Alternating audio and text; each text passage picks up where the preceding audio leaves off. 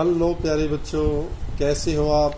आशा करता हूँ आप अच्छे होंगे, घर पे होंगे, सुरक्षित होंगे और इस पढ़ाई का आनंद भी ले रहे होंगे। तो आज वर्कशीट नंबर 12 12वीं वर्कशीट है, क्लास 10 सब्जेक्ट इंग्लिश, और डेट जो है वो 1 अगस्त की वर्कशीट है। यहाँ नेम ऑफ द स्टूडेंट, विद्यार्थी का नाम फिल करना है।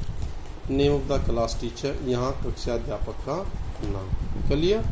उसके बाद अब ये देखें, ये पिक्चर दिखाई दे रही है आपको, और पिक्चर में जैसे एटीएम मशीन है, एटीएम कार्ड इंसर्ट किया जा रहा है, ये चीज़ें, ये पिक्चर है। कुछ आइडिया आपको हो भी गया होगा इससे। ओके, आगे बढ़ते हैं। ड्यूरिंग द लॉकडाउन पीरियड के दौरान, अब था ना ये, जैसे आपने देखा मार्च, अप्रैल, मई, जून, कितना ज़्यादा और हर चीज़ स्ट्रिक्टली प्रोहिबिटेड थी। तो उस टाइम पर your ATM card stopped working, आपका एटीएम कार्ड ने काम करना बंद कर दिया।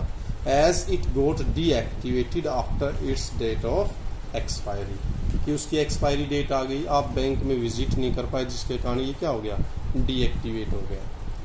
You could not step out to go to your bank, आप अपने बैंक में नहीं जा सके। Write a letter to the manager of your bank, अपने बैंक के मैनेजर को एक लेटर लिखो। रिक्वेस्टिंग, उससे रिक्वेस्ट करनी है to issue an new ATM card, कि आपको एक नया एटीएम कार्ड प्रदान कर दे, इशू कर दे, जारी कर दे, क्योंकि आप वाला तो जो एटीएम कार्ड है वो क्या हो चुका है, एक्सपायर हो चुका है। You may use your name, आप अपना खुद का नाम लिख सकते हैं। एड्रेस, जो भी आपका एड्रेस हो एड्रेस लिख सकते हैं, और आपका जो बैंक है उसका नाम आप लिख सकते हैं। समझ में आ गया बच्चों। इसको अगर लिखना है, अब ये लेटर है आपका, एक जो पार्ट है ग्रामर का, एक टॉपिक राइटिंग सेक्शन के अंदर ये ग्रामर का एक पार्ट है, और लेटर जरूर आएगा आपके एनुअल एग्जाम में भी, और जो सेमेस्टर एग्जाम होंगे उसके अंदर भी, तो उसकी भी प्रिपरेशन हो जाएगी।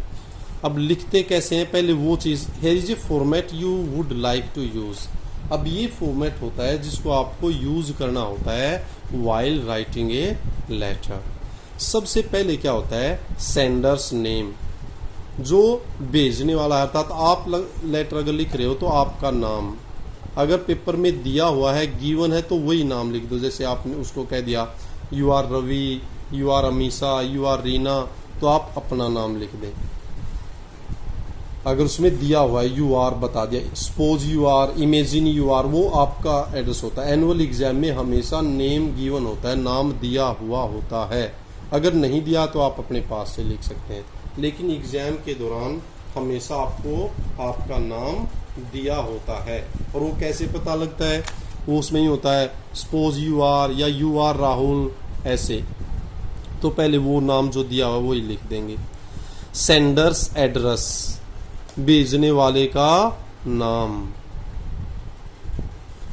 हो गया। फिर सेंडर्स एड्रेस, उसका एड्रेस, पता, कहाँ रहते हो, जो भी आपका एड्रेस है, house number 25, B block, phase 2, Holambi, जो भी लिखते हो वो आप एड्रेस लिख सकते हैं।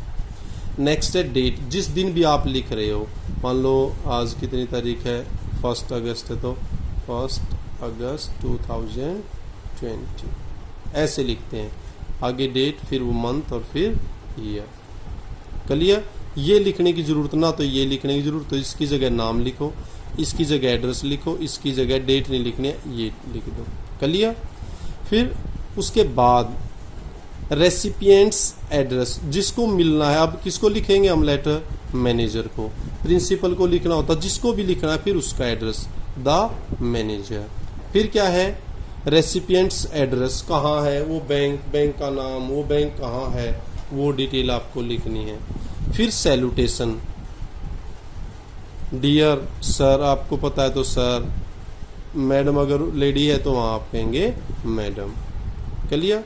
फिर बॉडी ऑफ द लेटर आता है, बॉडी ऑफ द लेटर, कि क्या क्या लिखना है, यही चीज़ें।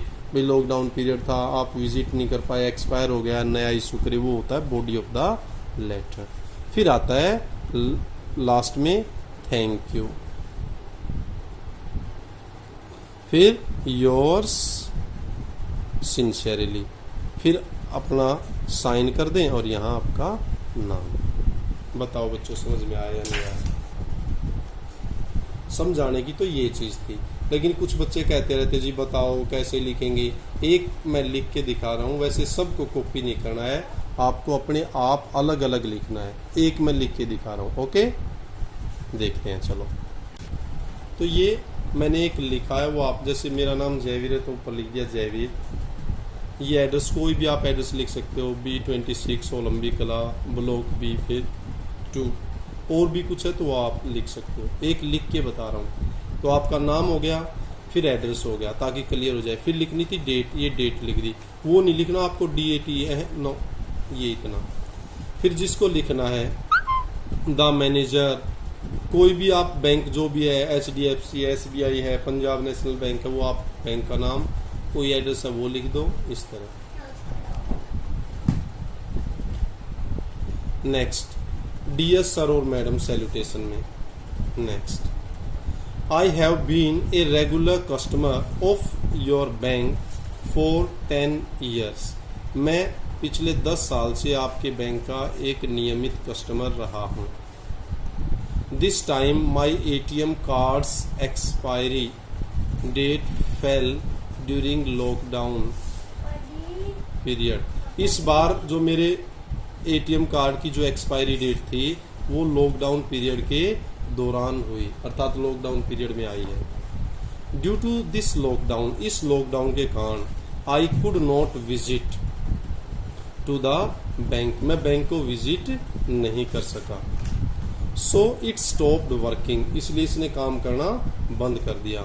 नाउ इट्स अनलॉक पीरियड, और अब ये अनलॉक पीरियड चल चुका है। Now you are requested to issue a new ATM card, अब आपसे रिक्वेस्ट की जाती है कि एक आप नया ATM कार्ड इशू कर दें एट द अर्लीस्ट, जल्दी से जल्दी।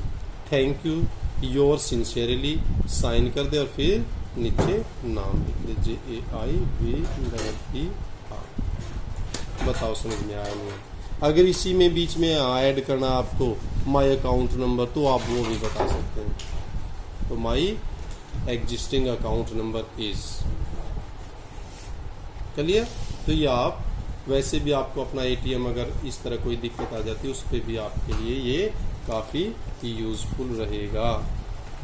बताओ बच्चों समझ में आया या नहीं आया? देखो ध्यान से देख लें इसको,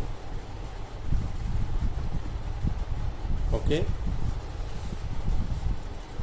क्लियर? Any doubt?